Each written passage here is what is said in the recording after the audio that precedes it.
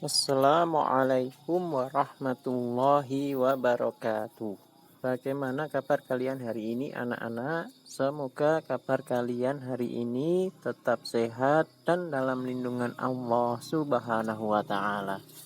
Pada pagi hari ini kita akan belajar IPS tema 5 subtema 1 tentang kondisi ekonomi negara di ASEAN.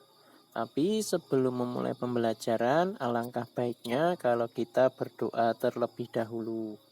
Bismillahirrahmanirrahim. Raditu billahi robba wa bil islami dina wa bi Muhammadin nabiyya wa rasula. Rabbi zikni ilma warzuqni fahma. Amin. Kondisi ekonomi negara-negara Asia Tenggara. Yang pertama adalah Indonesia. Indonesia adalah negara agraris dan maritim. Agraris itu pertanian, sedangkan maritim itu adalah kepulauan. Potensi pertanian ada beras, teh, kopi, kelapa sawit, dan karet. Potensi kelautan dan perikanan. Yang pertama itu sangat banyak ikan tuna, kemudian udang dan tiram. Potensi pertambangan, minyak bumi, gas alam, emas, dan tembaga. Sedangkan potensi pariwisatanya, baik alam dan budayanya yang sangat tinggi.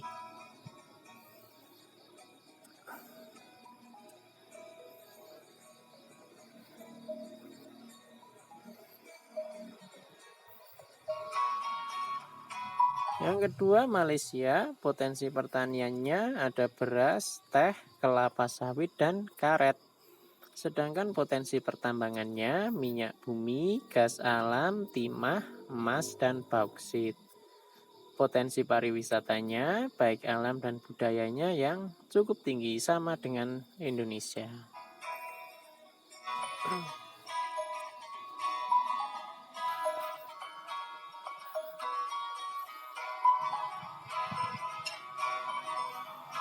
Yang ketiga, Brunei Darussalam. Yang pertama, potensi perkebunan, ada kelapa sawit dan karet.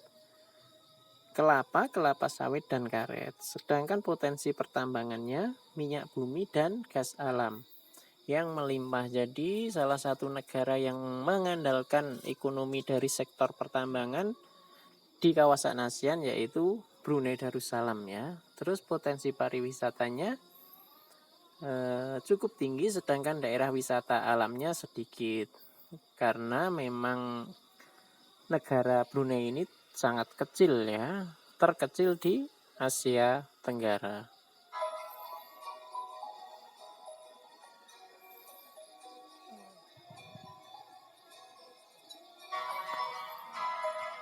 Yang keempat, Singapura merupakan satu-satunya negara maju di ASEAN.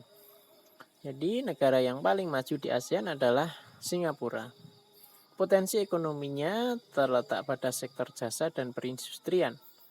Singapura memiliki pelabuhan dan bandara sebagai tempat transit yang ramai karena berada di wilayah yang strategis. Sedangkan potensi pariwisata, Singapura adalah kota ya, terkenal dengan perkotaannya.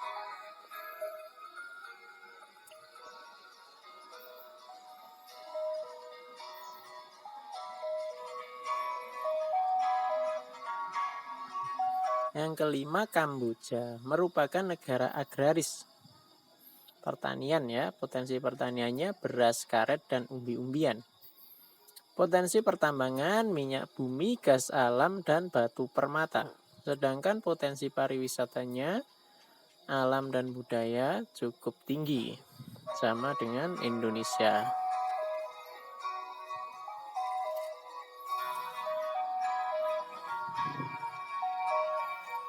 Yang keenam, negara Laos adalah negara agraris dan satu-satunya negara yang tidak memiliki garis pantai di ASEAN.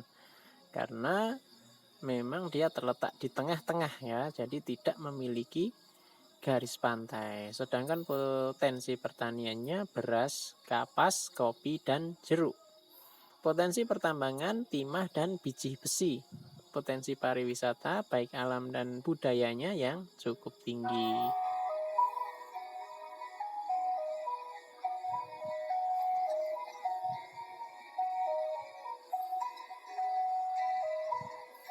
Yang ketujuh, Myanmar merupakan negara agraris juga. Potensi pertaniannya beras, karet, dan kacang-kacangan.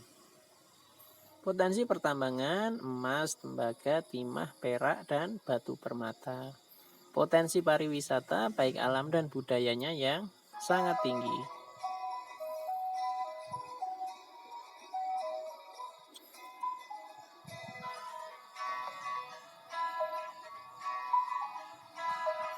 Yang kedelapan, Filipina, negara agraris dengan bentuk wilayah kepulauan. Potensi pertanian, padi, jagung, kopra, dan abaka ya. Kopra ini adalah kelapa yang dikeringkan. Potensi pertambangan, biji besi, tembaga, emas, perak, dan keramik.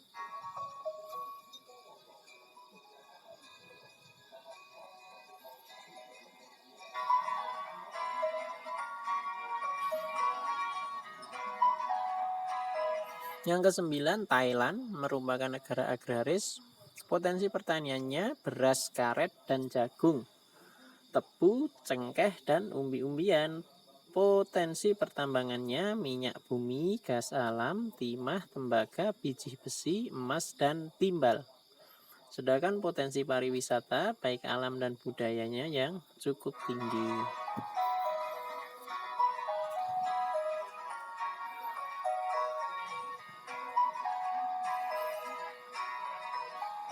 Yang ke-10, Vietnam merupakan negara agraris. Potensi pertaniannya beras, karet, kedelai, kopi, dan teh. Potensi pertambangan minyak bumi dan batu bara. Potensi pariwisata baik alam dan budaya yang cukup tinggi. Tempat wisata yang terkenal adalah Halong Bay ya. Halong Bay ini seperti itu, kalian bisa melihat gambarnya.